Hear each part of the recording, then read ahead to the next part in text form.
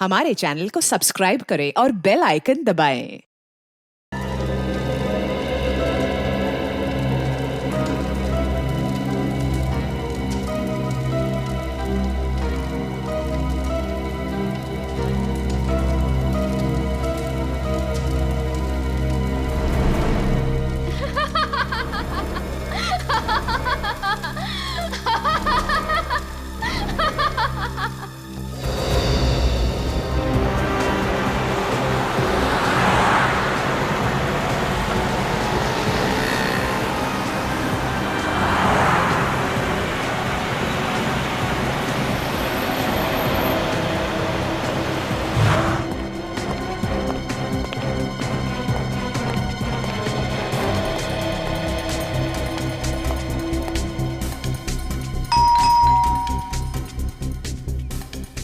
लगता है घर पे नहीं है।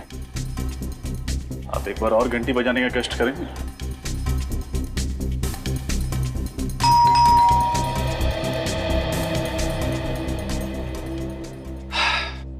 सर लगता है रश्मि घर पे है नहीं। हम लोग क्यों अपना टाइम वेस्ट करें, चलते हैं यहाँ से। आफ्टर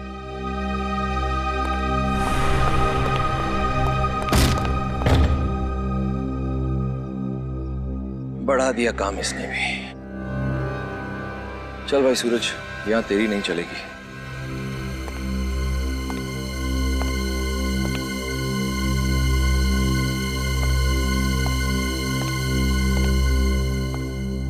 पूरे घर को छान मारो। यस सर, आज सारे सबूत अच्छे से मिटा दूंगा। देखता हूं कैसे करते हैं केस सॉल्व।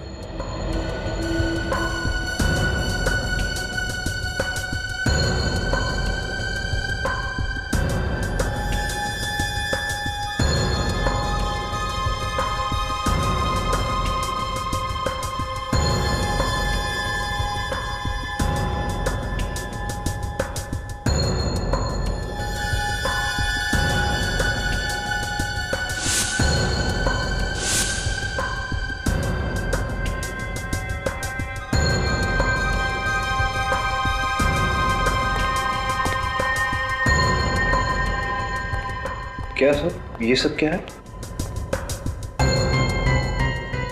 फोटोग्राफ्स। सर लगता है रश्मि घर से भागने से पहले ये फोटोग्राफ्स और ये कागजात जलाकर डस्टबिन में फेंक गई। लेकिन क्यों? रश्मि को इन चीजों से ऐसा क्या खतरा हो सकता था? एक सेकेंड, कुछ कागज के टुकड़े ऐसे भी हैं जो पूरी तरह जले नहीं हैं।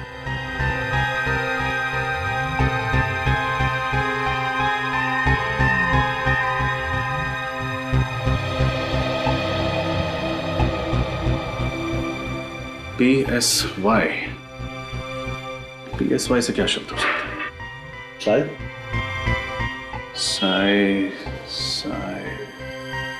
साइकियाट्रिस्ट। ये किसी साइकियाट्रिस्ट का प्रिस्क्रिप्शन है। लेकिन अब कौन से साइकियाट्रिस्ट का, ये कैसे पता लगेगा? उसकी जरूरत नहीं है सूरज, बस ये पता चल जाए कि रश्मि ये दवाई ले क्यों रही थी, हमारा काम हो जाएगा।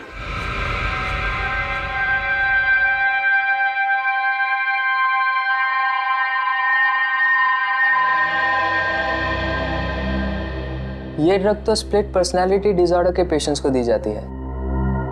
Split personality disorder?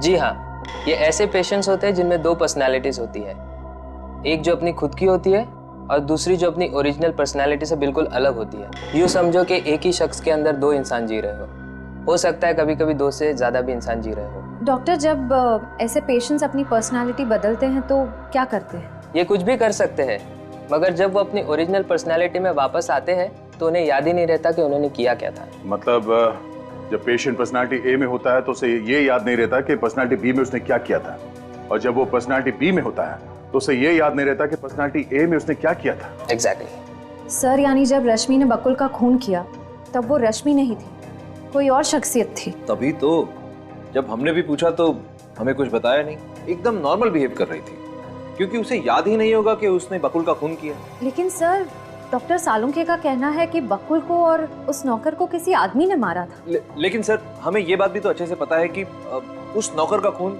एक औरत ने किया है, अब ये कैसे पॉसिबल है? हो सकता है, क्योंकि जब एक स्प्लिट पर्सनैलिटी डिसऑर्डर से पीड़ित औरत एक आदमी का रूप लेती है तो वो एक आदमी की तरह बिहेव करती है। मर्दाना चाल, मर्दाना आवाज, मर्दाना ताकत उसमें अपने आप आ जाता है। मतलब डॉक्टर सालुंके सही कह रहे थे। एक और बात सर, अगर उस औरत ने एक बार खून किया है तो वो जरूर दोबारा हमला कर सकती है। इससे पहले कि रश्मि किसी और को अपना अगला शिकार बनाए, हमें उस तक पहुंचना होगा।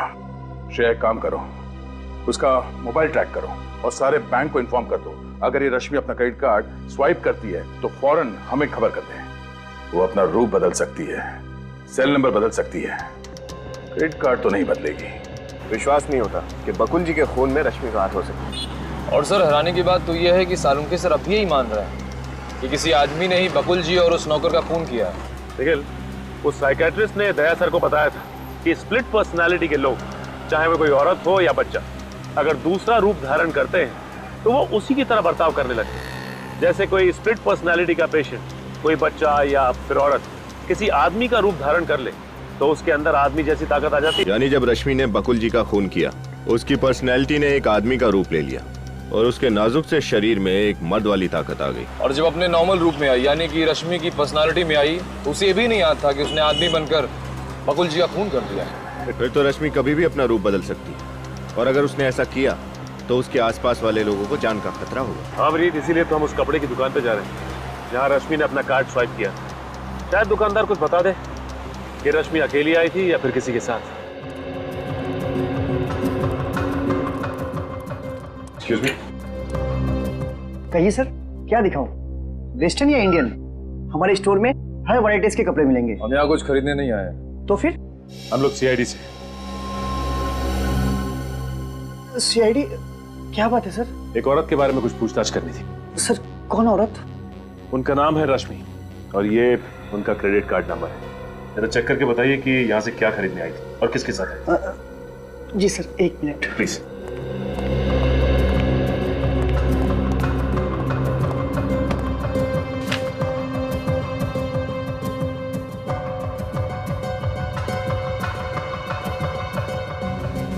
सर, ये हो बिल सर।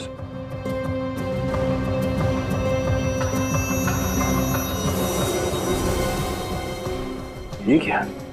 Gent shirt? रश्मि अपने लिए जेंट शर्ट क्यों खरीदेगी? कोई साथ में था क्या उसके? नहीं सर। सर, हो सकता है रश्मि कोई नई चाल चलने वाली हो। पुनीत, ये भी तो हो सकता है कि उसे स्प्लिट पर्सनालिटी का दौरा पड़ा हो और उसने एक आदमी का रूप धारण कर लिया। हाँ सर, इसीलिए उसने ये जेंट शर्ट खरीदी। सर, एक बात बोलूं? बोलो। सर, वो लड़की थोड़ी खिसकी हुई थी सर। वो बोल कुछ रही थी और कर कुछ रही थी सर। सर, उसे क्या चाहिए था मैं समझ ही नहीं पाया। तुमने उस लड़की का चेहरा तो देखा ना? हाँ सर, एकदम ठीक से। पहचान जाओगे? हाँ सर। ये है वो लड़की? नहीं सर, ये नहीं थी। ध्यान से देखो, यही होगी। नहीं सर, मैं ठीक बोल रहा हूँ सर, ये वो नहीं थी। उस लड़की का चेहरा सर मैं भूल ही नहीं सकता। इन तीनों में से कोई थी? नहीं सर, इन तीनों में से कोई नहीं थी। सर, इसका मतलब खूनी कोई और अनजान औरत है। हो सकता है निखिल, इस आदमी को अपने साथ ले लो, उस औरत का स्केच बनवाते हैं।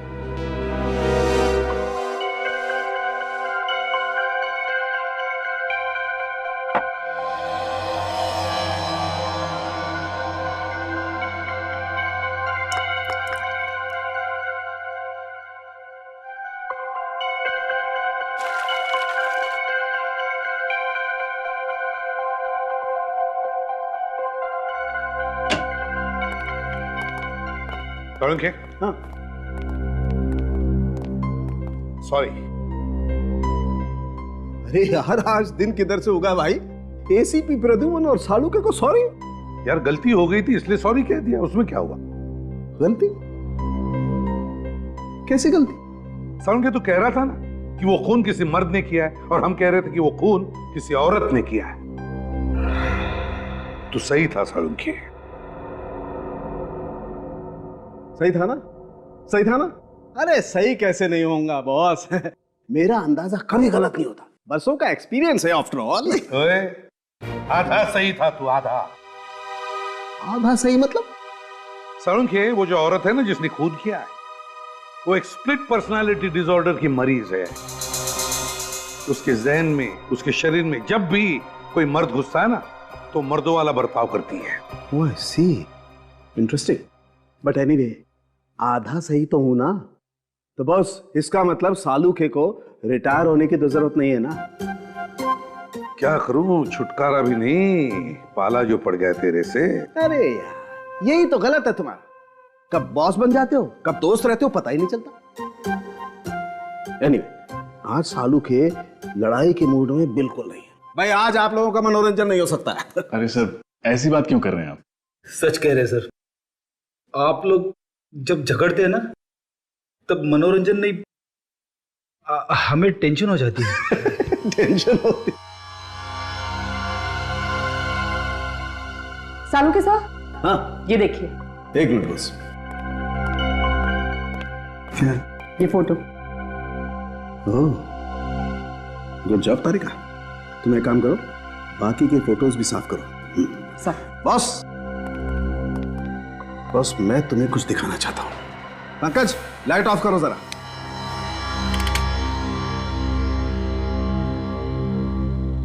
बॉस, तुम जले हुए कागजों से तो कुछ पता चला नहीं, देखते हैं इस फोटो से क्या पता चलता है। ये तो स्कूल यूनिफॉर्म पहनी हुई किसी बच्ची की फोटो है। हाँ, 10-12 साल की उम्र लगती है। और लगता है उस लड़की के साथ कोई लड़का भी खड़ा है। सर, आप कैसे पता चलेगा कि ये लड़की कौन है और उसके साथ ये लड़का कौन है? अभी पता लगेगा। रश्मि? रश्मि की बचपन की फोटो है ये। लेकिन सर, कोई अपने बचपन की फोटोज क्यों जलाएगा? लोग ये सब तभी करते जब वो कुछ छुपाना चाहते हैं। हाँ सर, मतलब रश्मि के साथ बचपन में कुछ ऐसी बात हुई है जिसे वो छुपाना चाहती है। जरूर फ्रेडी, ऐसा ही हुआ होगा। लेकिन लगता है रश्मि उसके फोटो में वो जो लड़का खड़ा है ना, उसकी तस्वीर मिटाना चाहती है। यस सर, अब इस लड़के का पता लगाना पड़ेगा। मगर कैसे सर? फोटो में तो कुछ दिख रहा ही नहीं है। क्यों नहीं दिख रहा है? देखो अभी, देखो उस बैच पर क्या लिखा है। DAG public school, DAG public school. Hello Shashi, अच्छा सुनो, वो 1995 का जो बैच था ना, उसका एडमिशन फॉर्म मुझे चाहिए। हाँ, रश्मि नाम की स्टूडेंट का। जी जी, 5th स्टैंडर्ड। ओके ओके, ठीक है। सॉरी, आप लोगों को 2 मिनट और वेट करना पड़ेगा। आप लोग चाय या कॉफी कुछ लेंगे?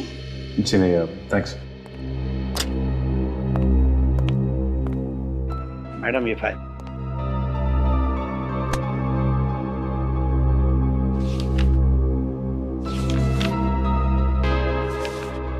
ये रही फाइल, इसमें रश्मि की सारी डिटेल्स है।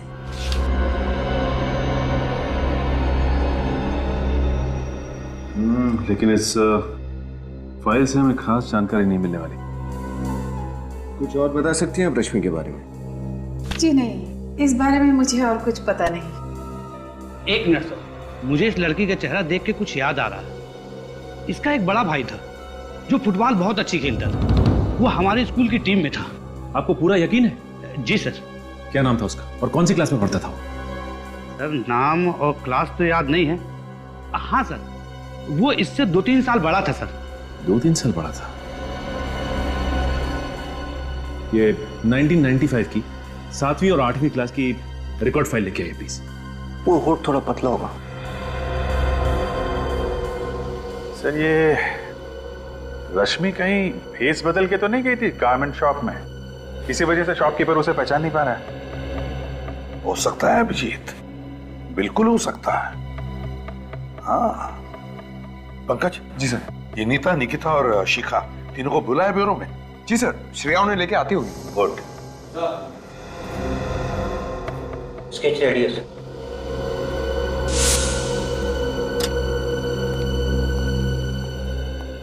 मैडम ये रही फाइल। हाँ, ये लीजिए।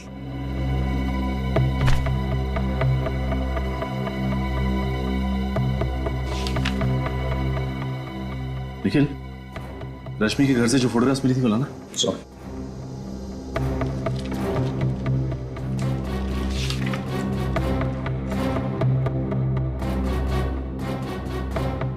माय गॉड, ये देखो, रश्मि का भाई कोई और नहीं बल्कि अर्नव है। मतलब ये प्लानिंग इन दोनों भाई बहन ने मिलकर की थी। यही थी वो औरत? हाँ सर, हमारे स्टोर में यही औरत आई थी। सर, आइए आइए, स्केच को अच्छी तरह से देखिए, गौर से देखिए और बताइए कि आप जानते हैं इसे।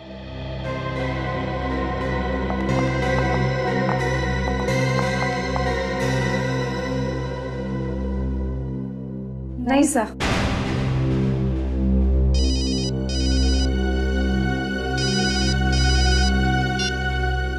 हाँ सचिन। सर, ये अर्नव और रश्मि दोनों भाई बहन हैं। माय गॉड, तो ये बात है। और ये सारा का सारा खेल इन दोनों ने मिलकर खेला था। Good work. क्या हुआ सर? अभिजीत, रश्मि और अर्नव सगे भाई बहन हैं। क्या सगे भाई बहन? हाँ, सगे भाई बहन। क्यों नहीं ताई, आपको तो पता था ना कि रश्मि और अर्नव सगे भाई बहन? नहीं सर, मुझे बस इतना पता था कि रश्मि बकुल की सेक्रेटरी है। वो दोनों भाई बहन है ऐसा तो मुझे कुछ नहीं पता। और शिखा जी, आपको भी नहीं मालूम कि रश्मि अर्नव की बहन है? नहीं सर, मुझे इसके बारे में कुछ नहीं पता। बड़ी अजीब बात है, आप तो अर्नव की मंगेतर है ना, और आपको ही नहीं पता। सर, अर्नव ने मुझे इसके बारे में कुछ भी नहीं बताया था। ठीक है, आप लोग जा सकती हैं।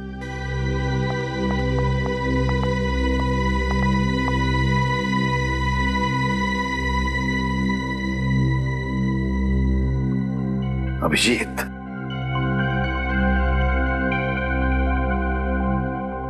अभिजीत, तुम कह रहे थे ना कि औरत भेष बदल कर भी आई होगी। कुछ दिमाग में आ रहा है, कुछ दिमाग में आ रहा है। श्रेया, अर्नव की फोटोग्राफ कंप्यूटर में निकालो। सब ये रहा अर्नव का चेहरा। अब श्रेया, अर्नव के इस चेहरे पर स्केच में जो जो है वो सब बनाओ। ये ऐसे बाल, ये कानों में बालियां और ये लिपस्टिक।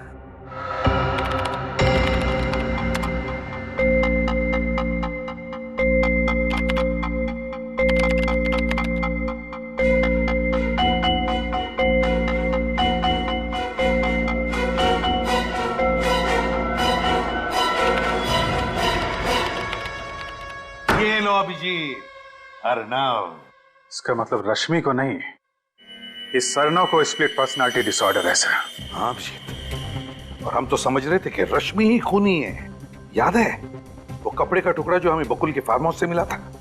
उस कपड़े के टुकड़े पर चमड़ी, स्किन के अंश मिले थे। वो चमड़ी जरूर इस अर्नव की ही है। सर, इसका मतलब कि अर्नव ने लड़की के कपड़े पहने और बकुल का मर्डर कर दिया? एग्जैक्टली। और सर, इस रोग की वजह से उसे पता भी नहीं होगा कि औरत बनकर वो कितने भयानक जुर्म कर रहा है। और ऐसे मरीज को खुलेआम घूमने देना मतलब खतरों से खेलना है।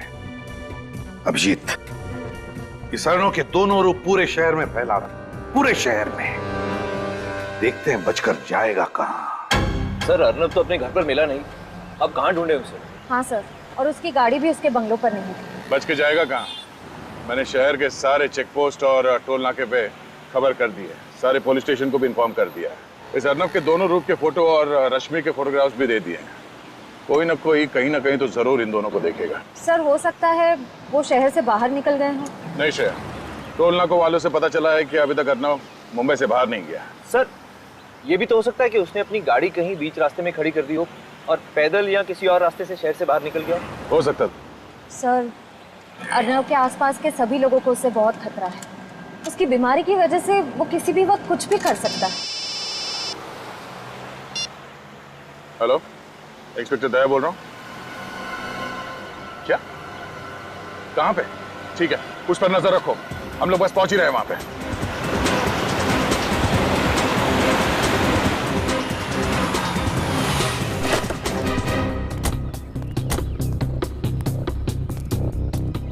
आपने फोन किया था ना? आप सीआईडी से? हाँ सर, मैंने फोन किया था। वो पोस्टर देखा था ना, वो खतरनाक आदमी का और वो औरत का भी। तो दोनों में से किसको देखा तुमने? साहब वो पोस्टर वाली औरत को, सेम टू सेम वही औरत थी। कहाँ देखा तुमने उस औरत को? इधर दुकान पर आई थी चिप्स लेने के लिए। कब आई थी? अभी थोड़ी देर पहले, तभी तो फोन किया मैं सबको। किस तरह गई वो औरत? वो गाड़ी लेके आई थी? नहीं साहब, वो चलते चलते उस गली से आई, चिप्स लिया और वापस उसी गली में चली गई। चलते चलते इस गली में गई? पक्का यकीन है कि वो इसी गली में गायब हुई? एकदम पक्का साहब, चेहरा इतना अजीब था, भूल कैसे सकता हूँ। सर, उसी गली में तो बकुल का फार्म हाउस भी है। बकुल का farm house? Oh no, let's गो।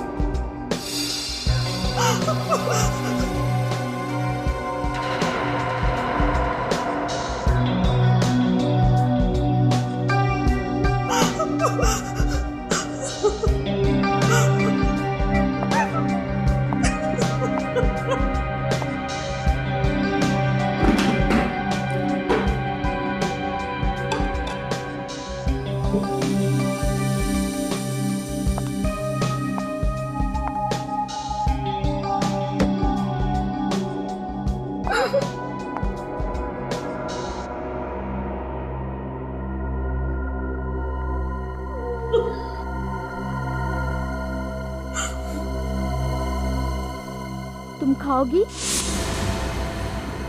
खाओ ना। मैं भी कितनी पगली हूँ, तुम्हारे मुंह पे तो पट्टी बंधी हुई है, तुम खा कैसे सकती हो, है ना? कोई बात नहीं, इसे मैं ही खा लेती हूँ। हाँ?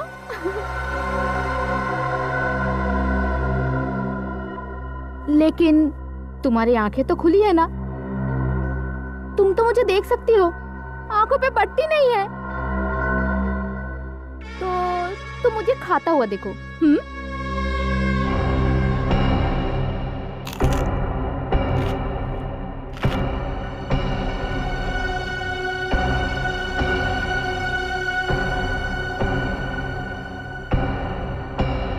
तो क्या नाम बताया तूने अपना? रश्मि, यानी कि रेशम रेशम, मुलायम। तेरी हिम्मत कैसे हुई कि तू मुझसे ज्यादा खूबसूरत दिखे? तेरा कोई हक नहीं है, कोई हक नहीं है तेरा, समझी तू? लेकिन अगर तूने हिम्मत की है तो हर गलती की सजा होती है ना? बोल, क्या सजा चाहिए तुझे? बोलना। रेशम रेशम, रश्मि।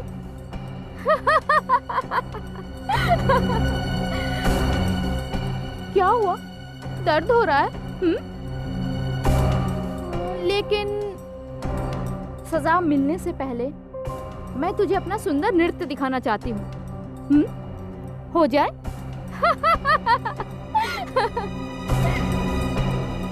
पहले मजा, फिर सजा।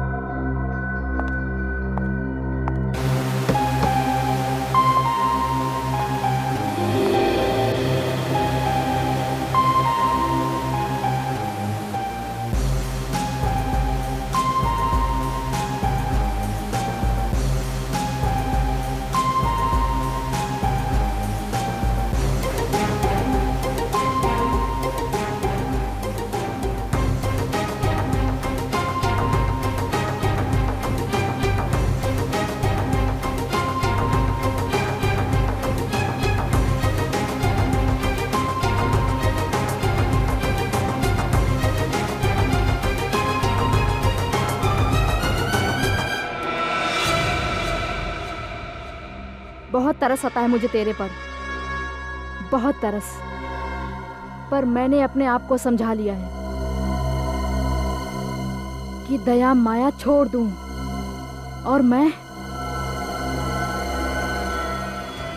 तुझे मारकर दया से मुक्त हो जाऊंगी और तू अपने इस जीवन से मुक्त हो जाएगी।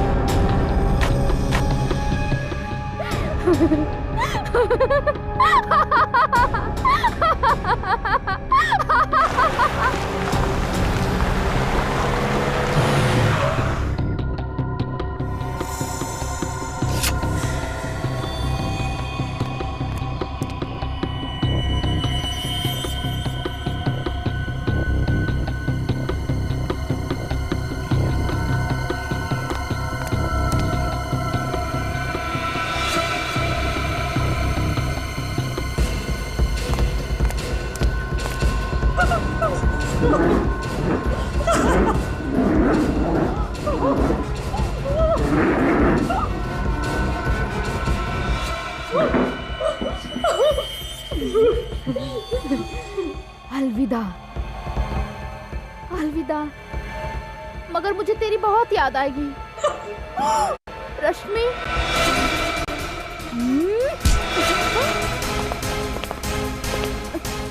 कौन हो तुम?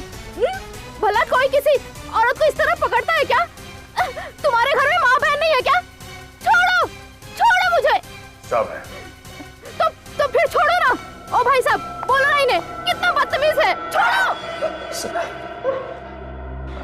चलो शांत हो जाओ। बदतमीज?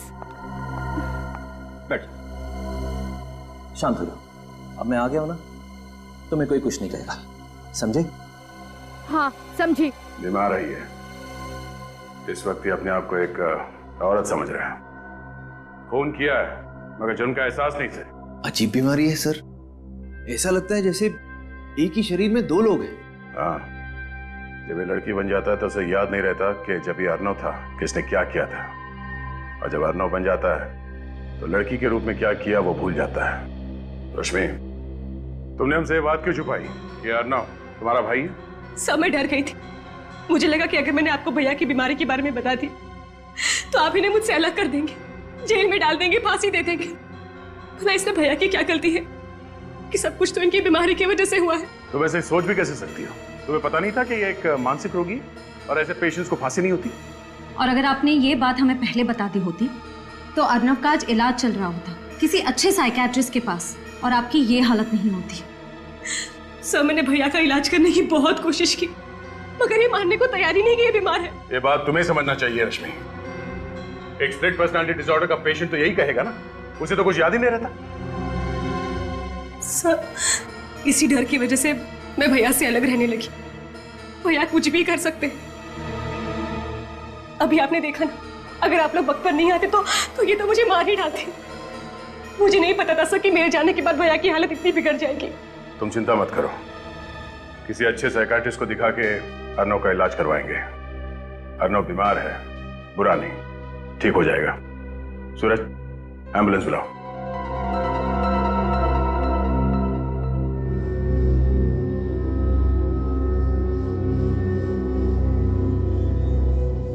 Finger on your lips. मेरी क्लास में तुम लोग ज्यादा बात मत किया करो,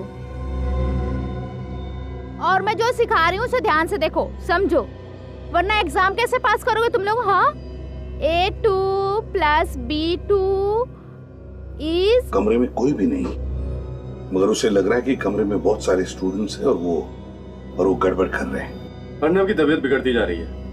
देखिए, फिलहाल वो खुद को एक औरत यानी प्रोफेसर पायल समझ रहा है।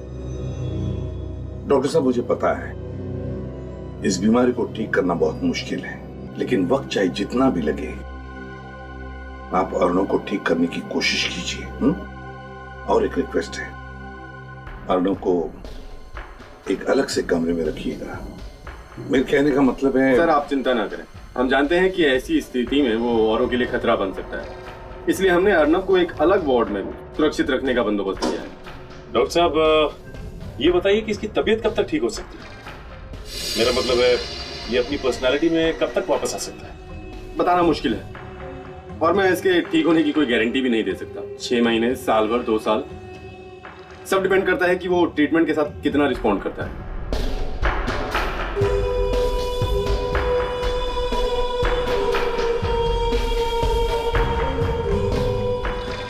ठीक है डॉक्टर साहब, अब हम चलते हैं। अगर आपको कोई भी जरूरत पड़े अर्नव के लिए तो हमें जरूर कहिएगा। Okay, good bye. क्या बात है पंकज, अचानक चुप क्यों? सर, मुझे ऐसे पेशेंट से बहुत डर लगता है सर। अगर वो यहाँ से भाग के मेरे घर आ गया तो? इस बात का डर तो है, हो सकता है ऐसा। अरे नहीं सर, ऐसा मत बोलिए। सर प्लीज, आज मैं अपने घर पे नहीं सोऊंगा, मैं आपके घर पे आके सो जाऊं। एक मिनट। हाँ पंकज। हाँ। ओके। क्या पंकज, एक सिंपल सा कैच नहीं पकड़ पाए तुम? अरे सर को बताना तो चाहिए था, मेरा ध्यान नहीं था और राइट हैंड में ये रुमाल था, मैं लेफ्ट से कैसे कैच पकड़ूं? मैं राइट ही हूँ। फिलहाल वो खुद को एक औरत यानी कि प्रोफेसर पायल समझ रहा है।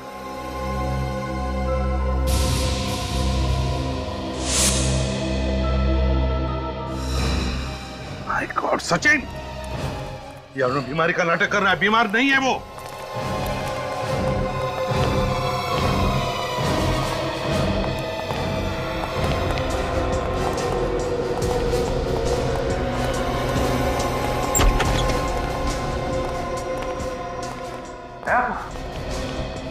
कहाँ गायब हो गया है? क्या हुआ सर, कोई प्रॉब्लम है? प्रॉब्लम तो अब तुम्हें होगी, झूठ बोलने का नतीजा जानते हो? झूठ? मैंने क्या झूठ बोला है सर? ये अनजान बनने का नाटक बंद करो डॉक्टर। देखिए सर, पहले ये तो बताइए प्रॉब्लम क्या है? प्रॉब्लम ये है डॉक्टर कि तुमने ही बताया था ना कि अर्नव को स्प्लिट पर्सनालिटी डिसऑर्डर है। हाँ, ये सच है सर, आपने खुद देखा है उसे अजीबोगरीब बर्ताव करते हुए। नहीं, वो बिल्कुल नॉर्मल है। नॉर्मल है? ये क्या कह रहे हैं आप लोग? नॉर्मल है वो। अब कहाँ है इस वक्त, बताओ जल्दी। सर उसे सेशन रूम में लेके गए। चलो ले चलो हमें। चलिए सर। अगर तुम प्रोफेसर की बात नहीं मानोगे ना तो प्रोफेसर तुम्हें पनिशमेंट देंगी, समझे? सॉरी। अर्नव,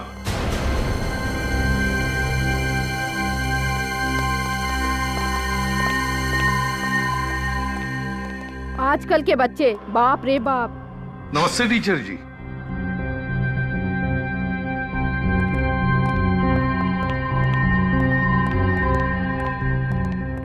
नमस्ते, क्या आपका बच्चा हमारे यहाँ स्टूडेंट है? जी नहीं, मैं इसे भी प्रद्युमन, ये है इंस्पेक्टर सचिन, श्रेया और पंकज, हम लोग सीआईडी से हैं।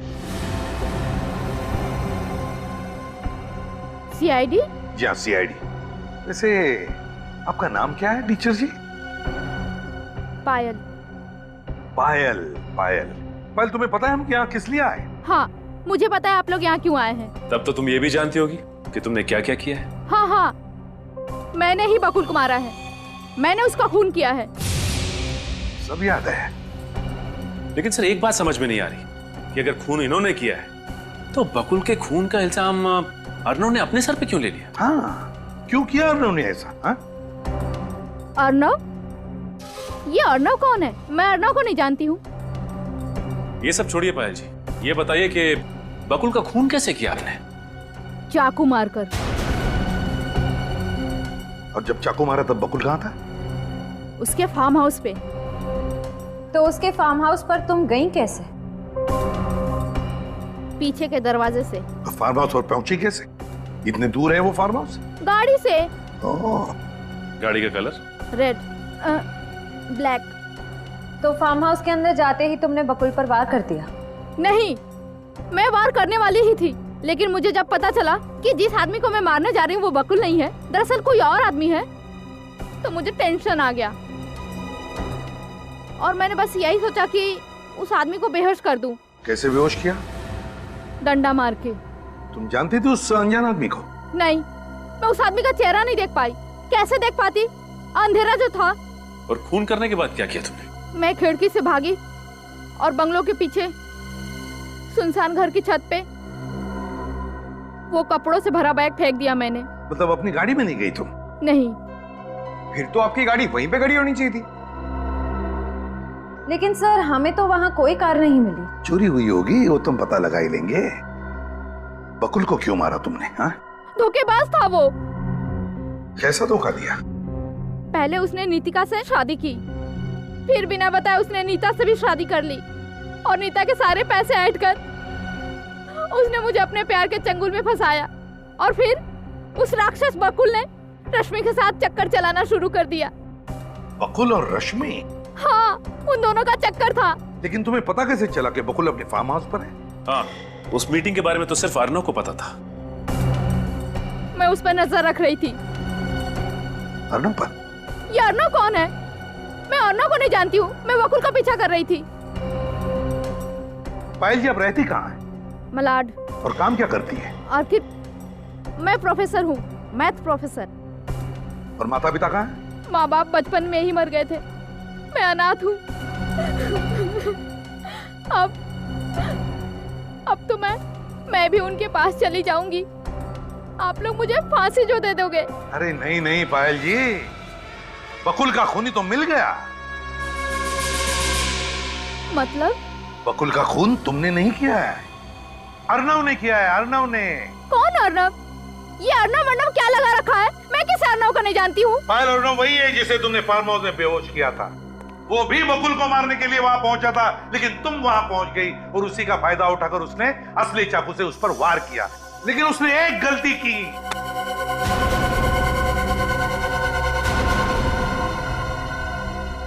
एक गलती की।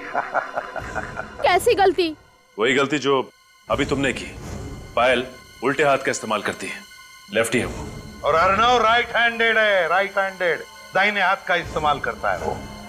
और इस वक्त तुम पायल हो, राइट? और उस हिसाब से तुम्हारी सारी हरकतें पायल जैसी होनी चाहिए, अर्नव जैसी नहीं।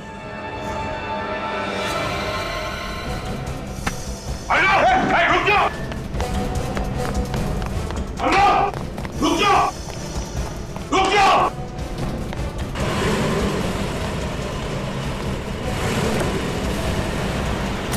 अर्नव रुक जाओ!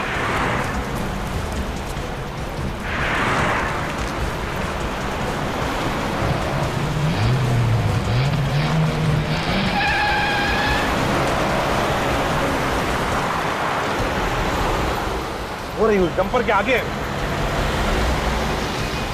निकलना नहीं चाहिए हमारे हाथों से सचिन। नहीं बचेगा सर। पलक झपकते ही हमारे आंखों के सामने से भाग गया। सर ये बहुत चालाक है। ओवरटेक करो उसे। हाँ सर। प्लान बना के आया था वो पहले से ही। देखा, उसीलिए उसका साथी आया था गाड़ी लेकर उसे उठाने के लिए।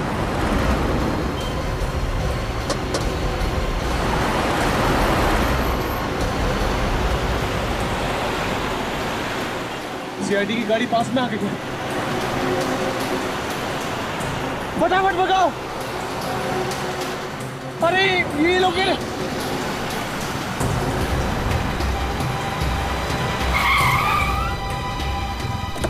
अब क्या करें? मारो।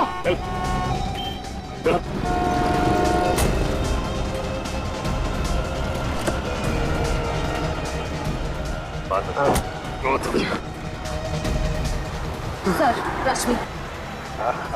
रश्मि जी, हमें तो पहले से ही शक था कि अर्नव का साथ तुम दे रही थी। और तू? बहुत कर ली तूने एक्टिंग, अब अपनी एक्टिंग हमें दिखा। अर्नव, अपने स्प्लिट पर्सनालिटी डिसऑर्डर की एक्टिंग से तुमने साइकियाट्रिस्ट को भी फंसा दिया।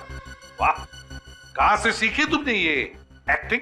कितनी भी एक्टिंग कर लो, लेकिन तुम भूल गए कि हर नाटक पे पर्दा गिरता ही गिरता है। तो फिर बताओ, कहां से शुरू करोगे अपनी कहानी? हाँ, ये सच है कि मैंने स्प्लिट पर्सनालिटी डिसऑर्डर के पेशेंट होने का नाटक किया और बकुल का खून किया। लेकिन बकुल का खून क्यों किया? वो तो तुम्हारा अच्छा दोस्त था ना? नहीं, अच्छा दोस्त नहीं था वो मेरा, बल्कि वो अच्छा इंसान नहीं था, हैवान था वो, हैवान।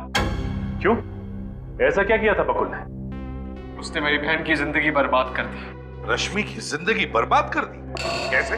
बहरूपिया था वो, मक्कार था वो, धोखेबाज था, भोली भाली लड़कियों को अपने जाल में फंसाता था, शादी करता था मुझसे उनकी प्रॉपर्टी के लिए। पहले से 2 शादी कर चुका था वो। और मेरी बहन की जिंदगी बर्बाद करना चाहता था फिर से। ये सच है सर, बकुल से मुझे प्यार था, लेकिन मैं उसकी शादीशुदा जिंदगी से बिल्कुल अनजान थी। उसने पहला फुसला कर मेरी सारी प्रॉपर्टी अपने नाम पर करवा दी और मैंने उसे मना तक नहीं किया, ये सोचकर कि वो तो मुझसे शादी करने ही वाला था। फिर एक दिन मुझे सच पता चला कि वो तो पहले से ही शादीशुदा है और उसकी एक नहीं बल्कि दो पत्नियां, नितिका और दूसरी नीता। मैं उससे मिला, उसे समझाने की कोशिश की। मैंने उससे कहा कि अगर तू मेरी बहन से प्यार करता है तो अपनी बीवी को तलाक दे दे और रश्मि से शादी कर ले। लेकिन उसने ऐसा नहीं किया। हाँ। फिर हम दोनों ने मिलकर उस राक्षस को खत्म करने का प्लान बनाया। अर्नव ने बकुल को झगड़ा खत्म करने के बहाने फार्म हाउस पर बुलाया और उसका कत्ल कर दिया। बदले की आग में तुमने ना सिर्फ बकुल का बल्कि उस नौकर का भी कत्ल कर दिया। तुम दोनों ने ये जुर्म किया है, अब सजा भी तुम दोनों को होगी, शायद फांसी।